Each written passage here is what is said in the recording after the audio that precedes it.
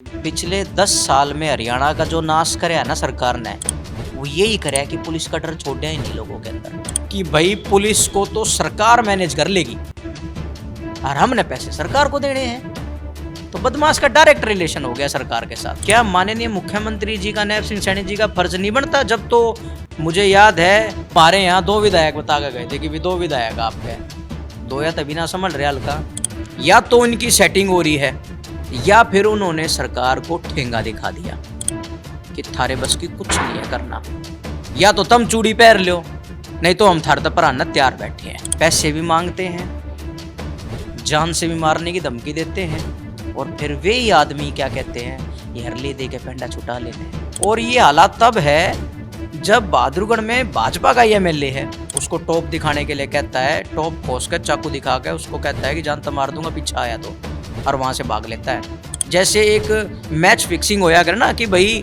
तू जिसी मर्जी बोल करा, मन्ने बेरा मन्ने चौका मारना या छक्का मारना, तेरी बात हो रही है। बिल्कुल वैसे चोर वारदात कर रहे हैं बहादुरगढ़ में। तो का मामला ये है कि पहला एक जगह रुपया देना पड़ा करता है, 2 जगह देने पड़ेंगे आपको। पुलिस के ऊपर इतना करड़ा शिकंजा है इस सरकार में कि अगर पुलिस कार्रवाई भी करना चाहे ना तो ऊपर से फोन आ जाता है मंत्री का कि भाई या तो तू फलानी जगह ट्रांसफर ले ले या फिर तेरे खिलाफ कोई हम फर्जी इंक्वायरी शुरू कर रहे हैं।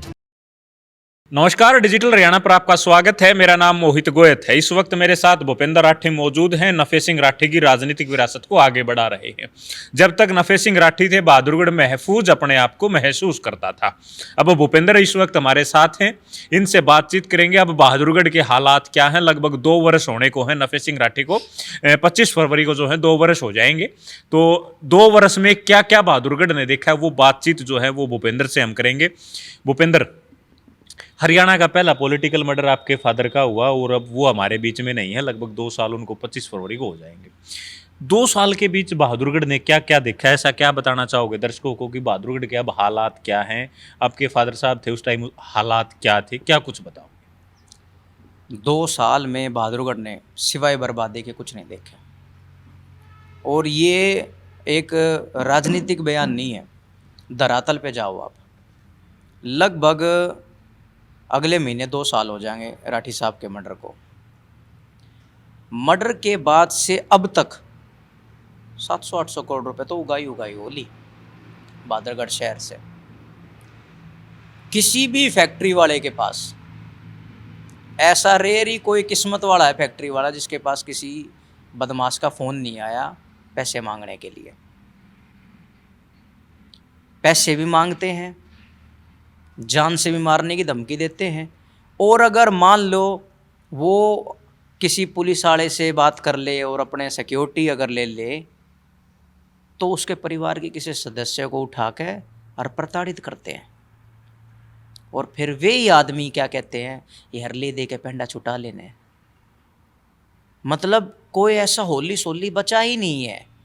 और ये हालात तब है जब बहादुरगढ़ में भाजपा का एमएलए है।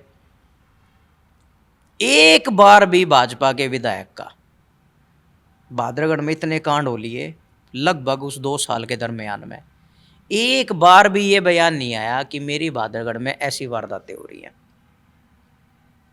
आंख मीच के बैठे हैं और उनको ये लग रहा है कि आंख मीचते है सब कुछ ठीक हो जाएगा, जबकि धरातल पे बहादुरगढ़ हल्का बुरी तरह बर्बाद हो रहा है।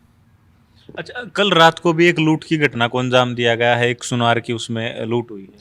पिछले 2 साल से ये लगभग 4थी वारदात है हमारे सुनार व्यापारियों के साथ।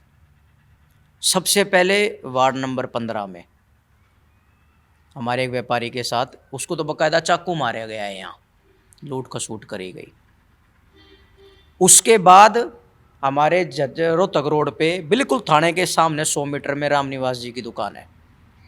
दिन दहाड़े एक लड़का आता है, उसको टॉप दिखाने के लिए कहता है, टॉप खोस कर चाकू दिखा के उसको कहता है कि जान तो मार दूंगा पीछे आया तो, और वहाँ से भाग लेता है। और मतलब उसके पीछे लोग भी भागते हैं, उसको पकड़ने के लिए भागते हैं। लेकिन हैरानी की बात है 100 मीटर भी नहीं है वहाँ से थाना। तीसरी वारदात हमारे मेन बाजार शहर में कोमल ज्वेलर्स के साथ, लगभग 2-2.5 करोड़ का उनका सामान चोरी होया। वो परिवार हर जगह गुहार लगा चुका है लेकिन उसका कोई अता पता नहीं है उस केस में क्या है।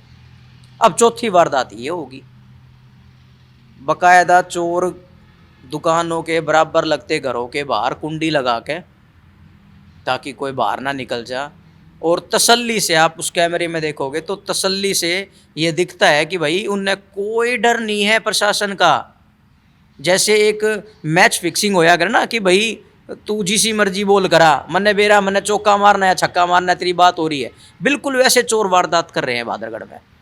या तो इनकी सेटिंग हो रही है ऊपर के अधिकारियों से कि भाई कोई बात ना यार, हम करते रहेंगे, थारा हिस्सा थार दौरा पहुँच जाएगा सरकार के अधिकारियों के पास, या फिर उन्होंने सरकार को ठेंगा दिखा दिया कि थारे बस की कुछ नहीं है करना, या तो तुम चूड़ी पहन लो नहीं तो हम थार तक पर तैयार बैठे हैं। ये हालात बहादुरगढ़ के हैं। पुलिस जो दावा करती है हर वारदात का खुलासा करती है, टाइम लगता है और गिरफ्तारियां होती हैं, जेल भेज दिए जाते हैं। जेल भेज के तो आप अपराधी को और ज़्यादा खूंखार बना रहे हो, ट्रेनिंग दे रहे हो, ट्रेनिंग सेंटर बना रहे हो। फिर तो उसको जेल क्यों भेज रहे हो आप? उसने अपराध करे ना, पाप करे उसने, उसको कड़ी से कड़ी सजा दो। तो सजा कानून देगा, मतलब पुलिस सजा दे सकती है किसी को, ये तो आप समझदार हो राठी साहब। कानून में जो होगा वो तो जेल भेज सकते हैं, पुलिस का काम तो जेल तक भेजने का, बाकी काम तो कानून कोर्ट कचहरी देखेगी। पिछले 10 साल में हरियाणा का जो नाश कराया ना सरकार ने, वो यही कराया कि पुलिस का डर छोड़ दिया ही नहीं लोगों के अंदर। क्या आपके और हमारे टाइम पे बचपन में वर्दी वाला अगर गली में तो भी चला जाया करता तो ये जो चोर चकेरे होया करते देख कर छाता पर नहीं चढ़ जाया करते, अखियार पता ना किस मामले में मरना लेकर चले जा। यो भय था पुलिस का। क्यों? क्योंकि पुलिस के अधिकारियों के ऊपर सरकार का दबाव नहीं था, खुली छूट थी उनको कि भाई आप काम करो, आपका काम है लॉ एंड ऑर्डर मेंटेन करना। अदालतें तो बरसों से चलती आ रही है कि इसका मतलब आप क्राइम को कतई ढीला छोड़ दो, पुलिस अपने ठाका जेल में भेज दे और वो कोर्ट में केस चाले जा। ये जो बीच का सिस्टम मैनेज किया करते थे वो पुलिस मैनेज किया करती थी। पुलिस का एक रुतबा होता था, एक दबदबा होता था। भाजपा सरकार ने उस रुतबे को खत्म कर दिया। पहले तो भर्ती करनी बंद कर दी, अडॉक पे लेके आना शुरू कर दिया। अब जो सैलरी के हिसाब से काम आओगा आदमी, वो अपने आप ने बचा होगा कि वो बदमाशा न पकड़ेगा। पुलिस के ऊपर इतना करड़ा शिकंजा है इस सरकार में कि अगर पुलिस कार्रवाई भी करना चाहे ना तो ऊपर से फोन आ जाता है मंत्री का कि भाई या तो तू फलानी जगह ट्रांसफ़र ले ले या फिर तेरे खिलाफ कोई हम फर्जी इंक्वायरी शुरू कर रहे हैं। इसीलिए बदमाशों के अंदर पुलिस का भय नहीं है, क्योंकि बदमाश ये बात समझ गए हैं कि भाई पुलिस को तो सरकार मैनेज कर लेगी और हमने पैसे सरकार को देने हैं। तो बदमाश का डायरेक्ट रिलेशन हो गया सरकार के साथ। नहीं तो क्यों बहादुरगढ़ में इतनी वारदातें होती है? क्या माननीय मुख्यमंत्री जी का, नायब सिंह सैनी जी का फर्ज नहीं बनता? जब तो मुझे याद है विधायक बनने के बाद ही 2025 में यहाँ आए थे 3 जनवरी को, और तब हमारे यहाँ 2 विधायक बता के गए थे कि भी 2 विधायक आपके, 2 या तभी ना संभल रहे हल्का, 2 और लिया हो भाई, थारी सरकार है तुम्हारा 4 बिठा दो, इलाका बांट दो।